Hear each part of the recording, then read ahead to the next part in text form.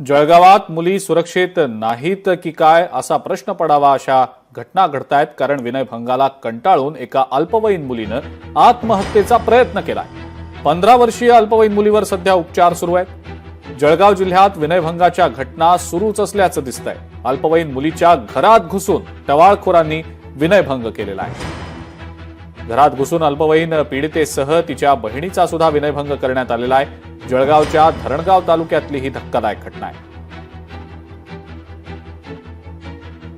हे मी घरी नसताना मारहाण झालेली दादा आणि 2-3 वेळेस झालेली आहे। असंच नेहमी त्रास देतो तो मुलगा।